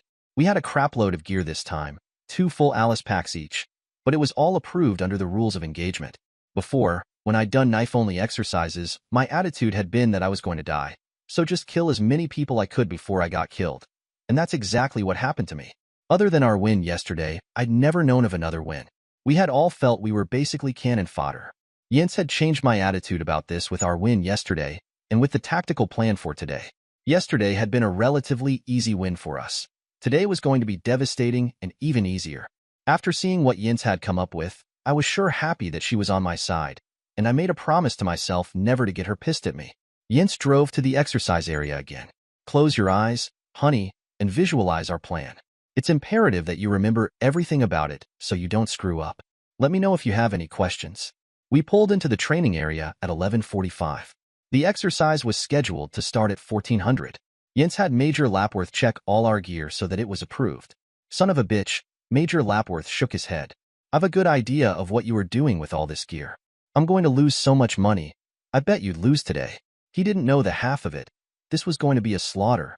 Shit, after yesterday, anyone would be a fool to bet against Jens, I answered. Major Lapworth replied, it was hard to find people to take bets that you would win today.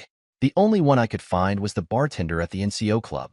I bet he has $15,000 in bets for you two winning. He's going to be rich tonight.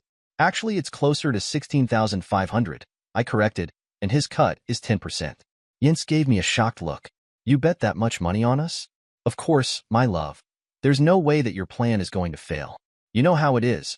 Marines always want to bet on something like this, and no one was willing to bet that we would win. Not 2 days in a row. After you came up with the tactical plan, I knew we would win. While you were in the bathroom, I called the bartender and told him to take all bets up to $30,000 with even money odds. Once word got out, they were having a hard time keeping up with the bets. Jens hugged me. I can't believe that you trust me that much. I held her there. Why not? I trust you with my life. I forgot to tell you. I'm giving you all the money from the bets. You did all the work and you deserve it. She started to argue with me, so I whispered in her ear, think of all the sexy negligées you can buy with it. She blushed. We need to get moving or our plan will fail. We finished with 10 minutes to spare and walked out the entrance to say our hellos to D.I. Anderson and the platoon. They looked really serious today. Jens reached into her pocket and pulled out another thong, twirling it around her finger. Well, look what the cat dragged in. So, D.I. Anderson, how about another little bet today? I still have my thong in that picture. You must have a new Smokey Bear hat by now. She laughed. I should, Jens, but I already have a big bet with the bartender at the NCO club. That fool was taking even money saying that you two were going to win. Even if yesterday wasn't a fluke, we're ready for you today, and it won't happen again, answered D.I. Anderson. $1,000 is a lot of money to lose, I said looking at D.I. Anderson. He stared at me, and his eyes narrowed. How do you know how much I bet? I heard at the NCO club last night no one would bet that we would win. After Jens came up with our tactical plan, I called the bartender and told them I'd cover all bets up to $30,000. It's a shame that we could only get about 16.5 in bets, I replied. I could tell he was shaken, but didn't show it to his troops, like a good drill instructor. Jens turned to Major Lapworth. We only need a 10-minute head start today. We're taking off now. Send in the cannon fodder anytime after 10 minutes. The game was on. We sat up in the trees in our ghillie suits and watched the carnage unfold. The first thing we did was tape down the transmit key on our tactical radio. This jammed the platoon's tactical communications. They would now have to communicate by shouting to each other. The platoon was being much more cautious, but not cautious enough. The lead scout wasn't paying attention and triggered our first trap. It was a swinging spike log that took out the middle 5 people in the platoon, including D.I. Anderson. Jens was so excited, she could hardly stay quiet. She'd wanted to take out D.I. Anderson first and had noticed he was always in the same general area of the platoon. There was no hope now for the platoon. They didn't have enough experience to deal with all the other traps. The whole training area was filled with simulations of different types of natural booby traps. There were so many that I had trouble remembering where they all were. That's why Jens had told me earlier not to screw up. Nothing is worse than forgetting where your booby trap is and getting killed by it. Jens had a vast knowledge of booby traps from all of her studies and put it to good use. Her tactical plan had us sitting up in the trees all day watching the traps do the work for us. The platoon continued on down the trail, but the lead scout was paying much more attention. He found our next trap, made sure the rest of the platoon came up and saw it, started around the trap on the side of the trail, and walked right into a punji pit. When he hit the bottom, it triggered the next trap, a swinging branch with spikes. Because the troops were all bunched up, it took out 5. 15 minutes into the exercise and the platoon was down to 4. The other 4 decided they'd had enough of the trail to bushwhack it. That was the best decision anyone had made all day. They made it to the lake and spent about 5 minutes looking around. Finally, one of them saw a snorkel, and they all charged into the water shooing at it. Of course, there was another trap under the water, and it took out the last 4, and the exercise was over. Jens's plan had made it too easy. We didn't even have to pull our knives. We released the key on the radio and reported back to Major Lapworth that the exercise was over because the platoon was dead, and that we would be back to the staging area after we picked up all the booby traps. Brigadier General Thompson got on the radio. "Well done, you two. That was an excellent training exercise. You know I made about $15,000 today betting on you two. Please leave all the booby traps in place and reset the ones that have been tripped. I would like to send the rest of the platoons in here for training." "Yes, sir. We will be to the staging area in about 15 minutes, I answered. Jens and I dropped out of the tree and she ran over, hugged me tight, and gave me one of her smoldering kisses. That was better than watching it on the computer. Did you see how the platoon panicked when they lost D.I. Anderson? They really need to be trained better. They only hit 4 of our 30 traps. I wonder how many troops we could have taken out if the exercise continued. Would you like to find out, my love?" I asked. "Hell, yes, I would. I was upset that we did all that work and it was over so fast," she replied. I called Brigadier General Thompson. "Sir, we were thinking that if you gave us 15 minutes to reset the traps that have been triggered, we would like to observe the rest of the platoon's performance in the training area." "Excellent idea, Sergeant Major Blaine. Some of my staff and I want to observe the exercise. We want to take notes," the Brigadier General replied. "Yes, sir. That would be an excellent idea. Please don't let come in yet until I send Jens to come and lead you. Otherwise, you'll die." I went and reset the traps while Jens escorted the brass to our position. It took a while longer than we thought because even though she told them to step only where she stepped and touch only what she touched, some of the officers didn't listen and got killed. So, she had to reset those traps.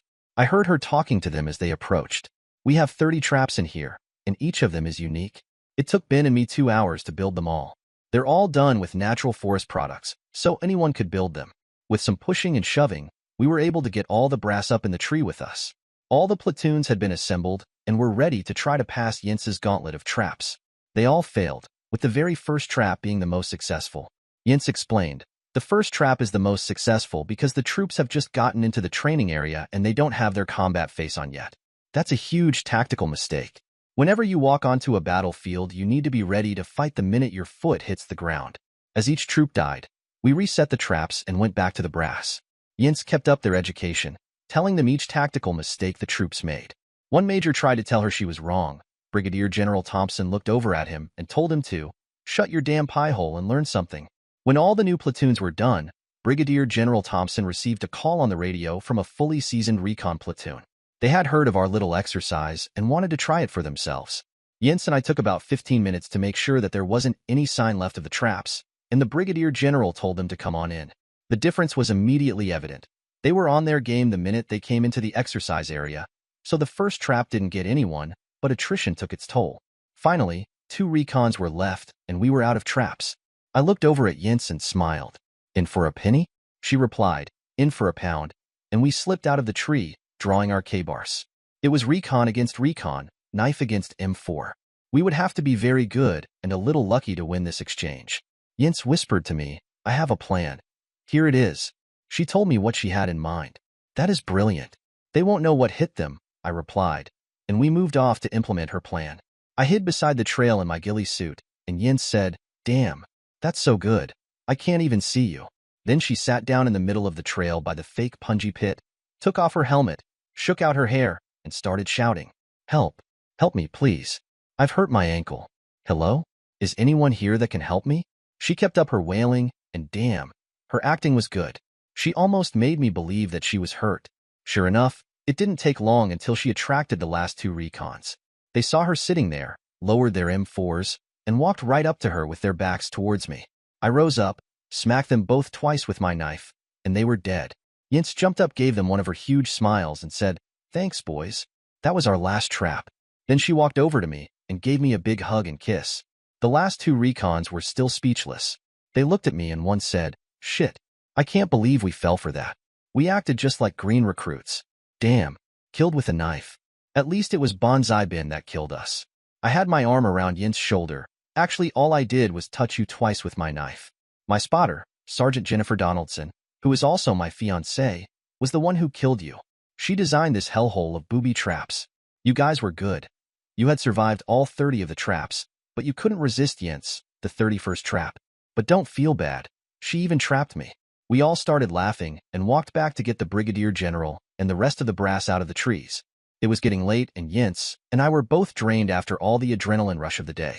As we were walking out, Brigadier General Thompson said, "That was one of the best exercises I have ever observed, but it was very troubling seeing how poorly we performed against it.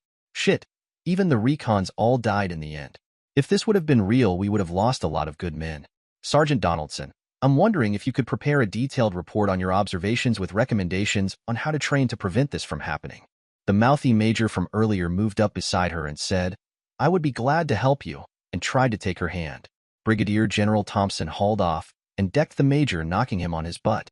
It was a good thing he did, because I was getting ready to gut the scumsucker. The general stood over him. "Ever since you came here, you've been nothing but a pain in the butt to me. Now you make sexual advances to General Donaldson's daughter right in front of her fiancé. You're lucky I knocked you on your butt first, because Bonsai Ben was getting ready to kill you."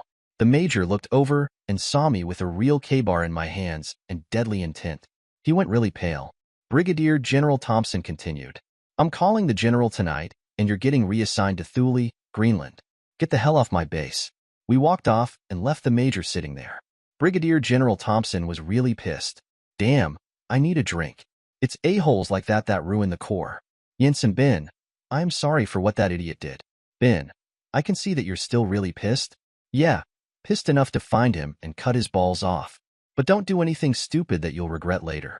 Let me take care of him." Jens took my hand and whispered in my ear, "Daddy will bust his balls for that. I know you want to protect me, but Daddy will make the major's life a living hell. Please don't touch him." I needed to do something with my anger, so I took my K-bar and threw it at a tree about 20 feet away. It zinged when I threw it and thunked when it hit, burying itself halfway into the tree. Everyone's mouth dropped open. "That was just a lucky throw," I said. "It wasn't really. I'm very good at throwing knives because I started doing it when I was a little boy." I went over to the tree and tried to pull it out, and I couldn't. "Shit, that was my favorite knife," I said, and we all laughed. It was late. Brigadier General Thompson said his goodbyes. He asked us to show a couple Marines all the traps and how to reset them. He was so pissed. None of the platoons were going to get weekend passes. They were going to learn how to keep from being killed by booby traps. I walked Jens to the Humvee and this time opened the door for her. "Thank you, my big, strong Marine. You treat me so well." I bent over and kissed her. "You know, it's late tonight. I know we ate at the NCO club last night, but would you mind eating there again tonight?"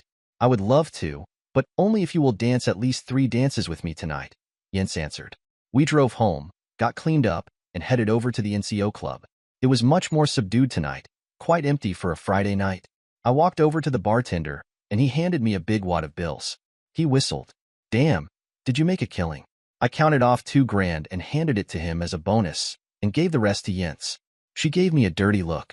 We should have made more, but Brigadier General Thompson was covering bets for us too. He made another $15,000. The bartender replied, "Thanks. It was fun watching everyone come in and pay up. Let me know when you're doing something like this again, because I want a piece of the action. It seems sort of dead in here tonight. What happened?" I asked. The bartender replied, "Seems like the old man has a bug up his butt, and all the base is going to be doing your booby trap course all weekend. I guess you two are the only ones that are exempt from it. Is it true what I heard?"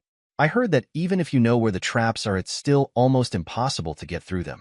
We took out a hardened recon platoon on Jens's course today," I bragged. "Yeah, I heard something about that. I guess 2 were left, and Jens pretended to be hurt.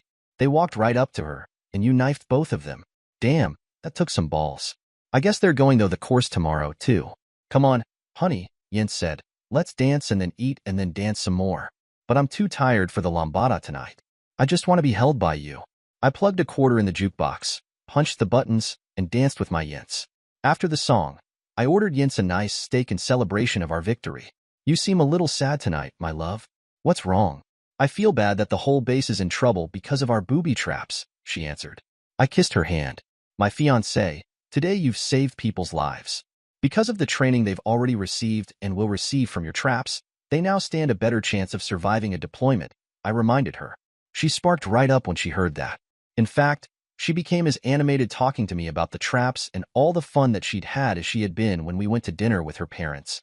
"My love, I was so worried when I was the bait for the last trap we used on the recons, she confided.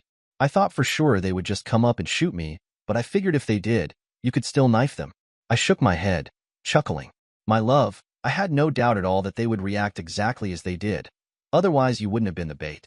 Men always want to rescue damsels in distress. I tell you what, though, that platoon will never fall for that trick again. I fell for it once myself in Iraq, and it almost cost me my life. I wouldn't have fallen for it today because of that experience, I replied. We danced 3 more dances and headed back to the house. When we got there, we had a note from Brigadier General Thompson. Ben and Jens, you did an incredible job today.